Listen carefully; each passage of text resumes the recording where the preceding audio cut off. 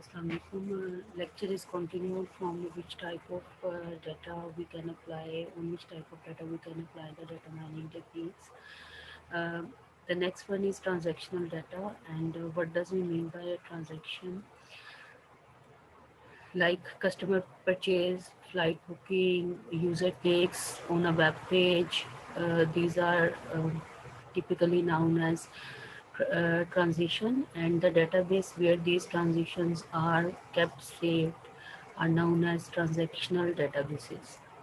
So एक transaction जो है वो टिपिकली इंक्लूड करती है नंबर ऑफ ट्रांजैक्शन को आइडेंटिफाई करने के लिए उसको यूनिक ट्रांजैक्शन आईडी की ज़रूरत होती है और एक लिस्ट ऑफ आइटम्स की ज़रूरत होती है जो परचेज़ किए गए हैं। इस तरह से डिफरेंट पैरामीटर्स जो हैं वो आपको ट्रांजैक्शनल डाटा में मिल सकते हैं। अब इसकी एग्जांपल आपको यहाँ पे दी गई है उसे कि ऑल इलेक्ट्रॉनिक्स की। We are more interested in questions क्योंकि वहाँ से आपका कॉन्सेप्ट क्लियर होता है कि किस तरह से आप जो है वो डाटा माइनिंग को अप्लाई करते हैं। तो ट्रांजैक्शनल डाटा में जिस किस्म की चीज़ें या नॉलेज हम लोगों को चाहिए होता है वो होता है which item sold well together, कौन से आइटम्स पेयर के अंदर जो है वो सेल हो रहे हैं। और उसके अलावा एक जो ट्रेडिशनल डेटाबेस सिस्टम होता है उसके थ्रू हम एक मार्केट बास्केट डाटा एनालिसिस करते हैं। अच्छा, उसके बाद माइनिंग जो है वो फ्रीक्वेंट आइटम्स सेट्स के ऊपर की जा सकती है, लाइक जैसे ट्रांजैक्शनल आईडी है एंड लिस्ट ऑफ आइटम्स हैं कि एक ट्रांजैक्शन में, लाइक जैसे अगर आप कहीं पे भी जाते हैं किसी मार्ट पे, लाइक जैसे ई मार्ट पे चले जाते हैं या अल्फाता स्टोर पे चले जाते हैं, तो जब वहाँ से कोई आप परचेजिंग करते हैं तो आपको यूनिक कस्टमर आईडी दिया जाता है। इसी तरह से जो ट्रांजैक्शन आप करेंगे वहाँ पे जाके, मतलब जो आइटम्स परचेज करेंगे उसको भी डेटाबेस में स्टोर किया जाएगा। तो बिल्कुल इसी तरह से यहाँ पे उन्होंने सिर्फ आपको ट्रांजैक्शन आईडी और item of list you have purchase वो दिखाई हुई है। तो इसके ऊपर से आप लोग जो है ना वो देख सकते हैं कि कौन सी प्रोडक्ट ज़्यादा सेल हुई और किस आइटम को जो है वो ज़्यादा लोग पसंद कर रहे हैं और क्या नहीं। इस तरह से ट्रांजैक्शन डाटा से ये इन्फॉर्मेशन हम निकाल सकते हैं। इसके बाद आता है other kind of data. Other kind of data में क्या चीज़ें हम लोग इंक्लूड कर रहे हैं beside relational databases, data warehouse data, transactional data. इसके अलावा भी और डाटा जो है वो हमारे पास है। हमारे पास versatile forms and structures of data है, ठीक है, rather different semantic meanings, like जैसे आप लोगों के पास जो है सीक्वेंशियल डाटा आता है, ठीक है, जिसके अंदर हिस्टोरिकल रिकॉर्ड या स्टॉक एक्सचेंज का डाटा या टाइम सीरीज या लॉजिकल सीक्वेंस डाटा जो होता है वो दिखाया जाता है। फिर डाटा स्ट्रीम्स हैं। अच्छा, इसके अंदर वीडियो और सेंसर रिलेटेड डाटा के ऊपर काम किया जाता है जो ट्रांसमिट हो रहा होता है। स्पेटियल डाटा है, लाइक जैसे मैप्स वगैरह हो गए, जैसे गूगल मैप की एप्लीकेशन, और उसको अगर आप स्टडी करेंगे तो इस किस्म का डाटा आपके पास आएगा। फिर इंजीनियरिंग डाटा होता है जो बिल्डिंग सिस्टम कंपोनेंट्स वगैरह बनाने के लिए, इसी तरह से वेब से रिलेटेड और इंटरनेट एप्लीकेशन से रिलेटेड डाटा होता है। और आजकल एंड्रॉयड ऐप से रिलेटेड भी डाटा है जो जनरेट हो रहा है। The applications bring about new challenging. ये जितना जितना डाटा वेरी करता जा रहा है उतना उतना आप लोगों के पास जो है वो चैलेंज जो है वो बढ़ते जा रहे हैं कि आप इस डाटा को कैसे कंट्रोल करके और इसमें से नॉलेज को माइन कर सकते हैं। तो ये सारी इन्फॉर्मेशन इस पैराग्राफ में गिवन है, आप इसको पढ़ सकते हैं और अच्छे से अंडरस्टैंड कर सकते हैं कॉन्सेप्ट्स को। What kinds of patterns can be mine. अच्छा, अब यहाँ पे आप लोगों के पास नंबर 1 आपके पास डाटा माइनिंग की बहुत सी जो है करेक्टराइजेशन होती है, ठीक है। और नॉर्मली जो हमारे पास जो टास्क होते हैं उनको हम किस तरह से देखते हैं, इसमें आप लोगों के पास डाटा माइनिंग के जो फंक्शंस हैं जो ये काम करता है उसमें नंबर 1 पे ये क्या करता है, करेक्टराइजेशन एंड डिस्क्रिमिनेशन। नंबर 2 पे करता है the mining of frequent patterns. Number 3 पे करता है एसोसिएशन एंड कोरिलेशंस। नंबर 4 पे करता है क्लासिफिकेशन एंड रिग्रेशंस। नंबर 5 पे क्लस्टरिंग एनालिसिस भी परफॉर्म करता है, आउटलियर एनालिसिस भी करता है। अच्छा, ये सारे का सारा एनालिसिस जो है ना ये स्पेसिफाई करता है, ये स्पेसिफाई किया जाता है by using different kind of patterns in data mining tasks जो आपको मिलते हैं। In general, tasks can be classified into two categories: descriptive and predictive. Descriptive meaning task characterize properties of the data, यानी कि descriptive के अंदर हमारा focus होता है कि हम लोग डाटा की प्रॉपर्टीज़ के ज़रिए जो डाटा सेट के अंदर अवेलेबल है उसके ज़रिए से हम लोग कोई नॉलेज इस तरह कंबाइन करें जिसकी मदद से हम फिर एनालिसिस, क्लासिफिकेशन या प्रिडिक्शन कर सकें। Predictive mining task perform include on current data, ठीक है, ये करंट डाटा पे करता है in order to make predictions, इसकी मदद से हम लोग प्रिडिक्शंस करते हैं। डाटा माइनिंग फंक्शनैलिटीज़ जो है अगर पैटर्न के लिहाज से देखा जाए तो उसको हम लोग इस तरह से क्लासीफाई कर सकते हैं, लाइक जैसे आपने अभी ऊपर फंक्शनैलिटीज़ देखी है तो वो फंक्शनैलिटीज़ रिजल्ट होती है इन पैटर्न्स का जो डाटा माइनिंग के दौरान मिलती है। और अभी आपको बता दिया है कि हम लोग क्लासीफाई कर देते हैं इस तमाम काम को दो तरह से, एक डिस्क्रिप्टिव और एक प्रिडिक्टिव। डिस्क्रिप्टिव जो टेक्निक्स हैं उनके अंदर जो है डिस्क्रिप्टिव मेथड्स के अंदर डाटा की प्रॉपर्टीज़ के ऊपर काम किया जाता है। प्रिडिक्टिव के अंदर करंट डाटा को ही स्टडी करके तो प्रिडिक्शन की जाती है। अच्छा, इसमें सबसे पहले अब वही चीज़ कि करेक्टराइजेशन और डिस्क्रिमिनेशन, इसमें क्लास या कॉन्सेप्ट को कैसे डिस्क्राइब किया जाता है। तो data entries can be associated with class और concept. For example, all electronic store classes of items for sale include computers and printers, and concept of customers include big spender and budget spenders, ठीक है।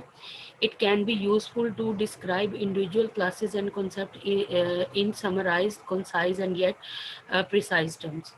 तो उसके अंदर हमारे पास क्या होगा कि सच डिस्क्रिप्शंस ऑफ क्लास और a concept are called class concept descriptions, यानी कि आपको वो यहाँ पे ये बता रहे हैं कि अगर आप लोगों के पास कोई डेटाबेस है और उस डेटाबेस के अंदर आपके पास एक क्लास बनाई हुई है आपने,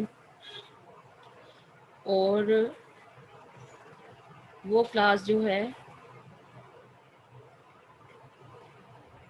उसके अंदर आप लोग सेल से रिलेटेड आइटम्स जो है हमको लिस्ट कर रहे हो, तो जैसा सेल से रिलेटेड आइटम्स को आप लिस्ट करोगे इसी तरह से जो कस्टमर है उसके लिए भी आप लोग कुछ कैरेक्टरिस्टिक्स डाल दोगे, तो ये आपकी क्लास की कॉन्सेप्ट की डिस्क्रिप्शन बन जाएगी।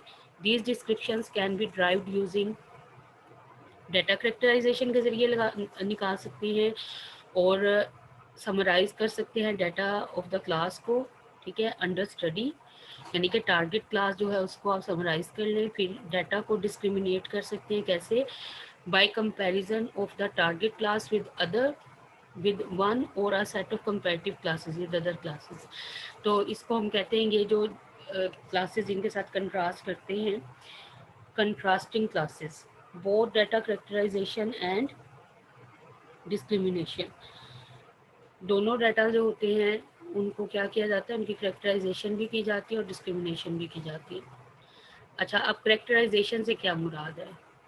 करेक्टराइजेशन से मुराद ये है कि ये एक समरी है जनरल करेक्टरिस्टिक्स और फीचर्स की टारगेट क्लास ऑफ डाटा की। The data corresponding to the user specified class are typically collected by a query, ठीक है। For example, to study the characteristics of a software product with sale that increased by 10% in previous year, the data related to such product can be collected by executing SQL query on sales database। अब इसको मैं summarise करती हूँ। सबसे पहले हमने ये देखा था कि कितनी किस्म के जो डाटा होते हैं उनके ऊपर हम जो है वो डाटा माइनिंग अप्लाई कर सकते हैं। उसके बाद हम ये देख रहे हैं कि किस किस्म के पैटर्न जो हैं उनको हम माइन कर सकते हैं।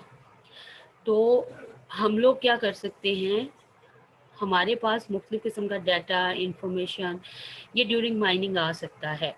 तो हमारे पास माइनिंग की कुछ फंक्शनैलिटीज़ हैं जिनमें सबसे पहले है करेक्टराइजेशन एंड डिस्क्रिमिनेशन, उसके बाद है mining of frequent patterns, association, correlation, classification and regression, cluster analysis और आउटलियर एनालिसिस, ठीक है। ये जो है ना, ये फंक्शनैलिटीज़ जो डाटा माइनिंग की होती हैं ये एक्चुअली स्पेसिफाई करती हैं डिफरेंट काइंड्स ऑफ पैटर्न्स जो डाटा माइनिंग टास्क के अंदर आते हैं। और ये जो डाटा माइनिंग के टास्क हैं इनको दो क्लासेस के अंदर डिवाइड किया जाता है, एक को कहा जाता है डिस्क्रिप्टिव, एक को कहा जाता है प्रेडिक्टिव। डिस्क्रिप्टिव के अंदर जो प्रॉपर्टीज़ होती हैं डाटा की उनको फोकस करके फिर एनालिसिस किया जाता है। लेकिन प्रिडिक्टिव्स के अंदर जो आपका करंट डाटा अवेलेबल होता है उसके ज़रिए ही प्रिडिक्शंस की जाती हैं, ठीक है, मेक प्रिडिक्शंस। अब उसमें सबसे पहले हमारे पास आता है कि एक डाटा सेट के अंदर या कोई भी प्रोग्राम है जो आपका डाटा को हैंडल कर रहा है, डाटा ट्रांजैक्शंस को, तो उसमें क्लास और कॉन्सेप्ट डिस्क्रिप्शन का कॉन्सेप्ट क्या होगा। ऐसी समरी जो आपको क्लास से रिलेटेड जो है वो बता रही हो कि इसमें किस किस्म के आइटम्स और किस किस्म के डाटा हैं, वो क्लास या कॉन्सेप्ट डिस्क्रिप्शन है। और कैरेक्टराइजेशन और डिस्क्रिमिनेशन से क्या मुराद है। कैरेक्टराइजेशन जो है वो एक समरी है जनरल कैरेक्टरिस्टिक्स ऑफ फीचर्स की of target class of data.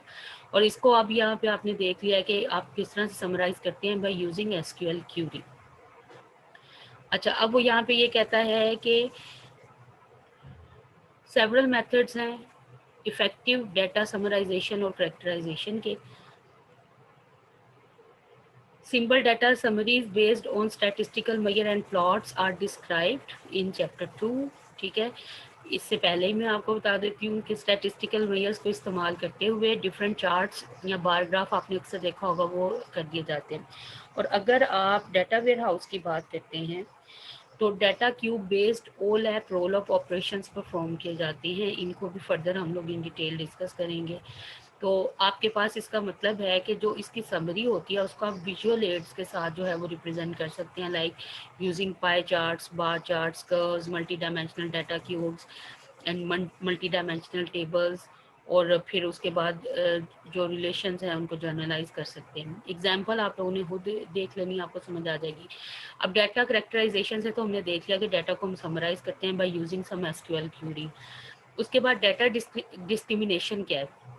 Data discrimination का मतलब ये होता है कि इसके अंदर कंपैरिजन किया जाता है journal features of the target class data object against the general features of objects from one और मल्टीपल कंट्रास्टिंग क्लासेस, ठीक है।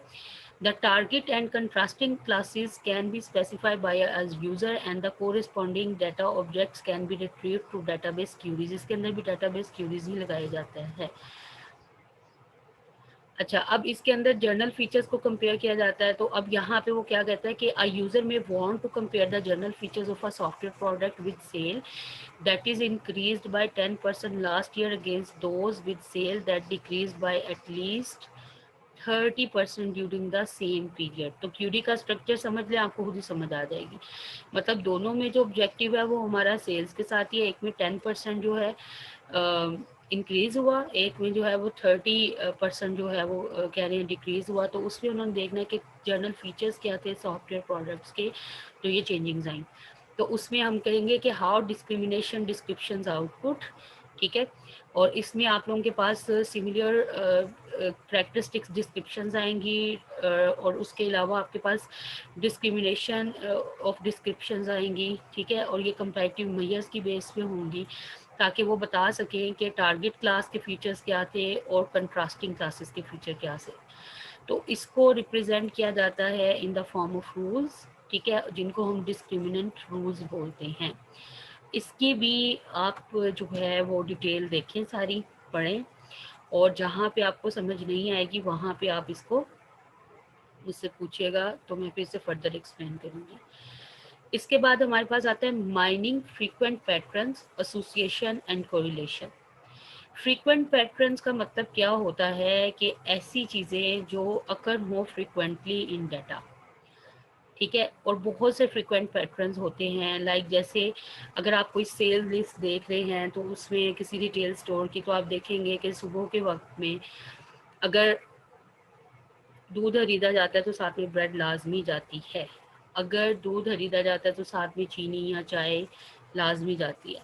तो इस तरह से ये आपके पास क्या होते हैं, ये फ्रीक्वेंट अकर होने वाला जो है ना पैटर्न है किसी डाटा में। इसी तरह से आप लोगों के पास सीक्वेंशियल पैटर्न्स भी आते हैं जो सीक्वेंस के साथ अपेयर हो रहे होते हैं, और फ्रीक्वेंट स्ट्रक्चर्ड पैटर्न्स भी आते हैं जो ऑब्वियसली फ्रिक्वेंटली जो है वो आपके सामने रिप्रेजेंट होते हैं। तो एसोसिएशन के लिए आपके पास देखना पड़ता है कि अगर आप फ्रीक्वेंट पैटर्न्स को स्टडी करना चाहते हैं by using association and correlation, तो आपको उसके लिए कुछ रूल्स देखने होते हैं। अच्छा, एसोसिएशन और कोरिलेशन जिन लोगों ने स्टैटिस्टिक्स पढ़ी हुई है उन्हें ये पता होगा, या मैथमेटिक्स पढ़ी हुई है तो उन्हें भी इस चीज़ का पता होगा।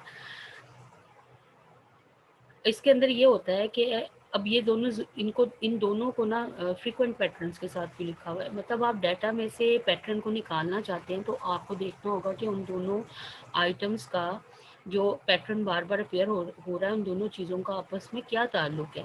तो उस ताल्लुक को स्टडी करने के लिए, रिलेशनशिप को स्टडी करने के लिए, या अगर दूध परचेज किया जाता है तो उसके साथ ब्रेड क्यों ली जाती है, why they are both dependent, तो उसके लिए आप एसोसिएशन या कोरिलेशंस देखते हैं। ठीक है, और इनको कैसे देखा जाता है? Number 1, association analysis. इसके अंदर आपको एसोसिएशन रूल्स पढ़ाए जाते हैं, और इसके अंदर यहाँ पे लिखा हुआ है बायस एक्स। एक्स अब आपका एक परचेजर है, उसको एक्स से रिप्रेजेंट कर दिया है, और कंप्यूटर यानी कि कस्टमर है। और बायस एक्स सॉफ्टवेयर, एक्स ने कंप्यूटर खरीदा, एक्स ने सॉफ्टवेयर खरीदा। ठीक है, और यहाँ पे support is equal to 1%, confidence 50%। अच्छा, अब इसके अंदर x is a variable representing a customer, a confidence or certainty of 50% means that if a customer buy a computer, there is a 50% chances that she will buy software as well. 1% support means, यानी कि आपको पता होना चाहिए कि association rule का result दो factors की सूरत में आपके पास आ रहा होता है। एक सपोर्ट, और दूसरा वेरिएबल जो है, जो पैरामीटर आपको इसके बारे में बता रहा होता है, वो कॉन्फिडेंस। कॉन्फिडेंस आपको बताता है नंबर ऑफ चांसेस। ठीक है, कि कितने चांसेस हैं कि यूज़र इन दोनों को इकट्ठा बाय करेगा। ठीक है, और जो सपोर्ट है ये आपको ये बताता है कि 1% of all transaction under analysis show the computer and software are purchased together. How much success? 1% transactions जो हैं उनके साथ जो है वो हमें कंफर्म हो गया कि इस तरह से परचेजिंग होती है। उसके बाद association rule that contain single predicate as refer to at single dimensional association rule. ठीक है, अब इसके अंदर आपको उनके पास क्या है कि dropping the prediction notation, the rule can be written as computer software. ठीक है, कि कंप्यूटर अगर आप प्रिडिकेट में मतलब जैसे अगर आप कस्टमर को शो नहीं करना चाहते तो फिर आप सिंपली यहाँ पे कंप्यूटर सॉफ्टवेयर इस तरह से लिख सकते हैं। तो इस तरह से एसोसिएशन रूल्स जो हैं उनको लिखा जाता है। इसी तरह से मल्टी डायमेंशनल एसोसिएशन जो हैं वो भी हमारे पास होते हैं। जैसे मल्टी डायमेंशनल डाटाबेसिस के लिए हम उसको इस्तेमाल करते हैं। तो हमारे पास मिनिमम सपोर्ट थ्रेशोल्ड और मैक्सिमम कॉन्फिडेंस थ्रेशोल्ड होता है, जिसकी बेस पे हम लोग ये देखते हैं कि इस रूल को जो है वो रखा जाएगा या डिस्कार्ड कर दिया जाएगा। फिर उसके बाद हमारे पास स्टैटिस्टिकल कोरिलेशन जो है उसको अप्लाई करके जो इंटरेस्टिंग रिलेशंस होते हैं उन्हें अनकवर किया जाता है। और ये चीज़ हमें बताती है कि हमारे पास जो वैल्यू पेयर्स हैं उनके अंदर एसोसिएशन किस तरह से लाई कर रही है। तो इस तरह से हम लोगों के पास जो कोरिलेशन और एसोसिएशन है वो हमें बता रही होती है कि किस तरह से हमारे पास फ्रीक्वेंट पैटर्न्स जो हैं उनको हम माइन कर सकते हैं। तो यहाँ तक आई थिंक इनफ है। अगर कोई भी प्रॉब्लम हो आप लोगों को तो आप पूछ सकते हैं। एसोसिएशन से रिलेटेड मैं मटेरियल जो है वो आपको सेंड कर दूँगी, आप लोग पढ़ लीजिएगा, आपको बड़े अच्छे से समझ आ जाएगी एसोसिएशन रूल्स की।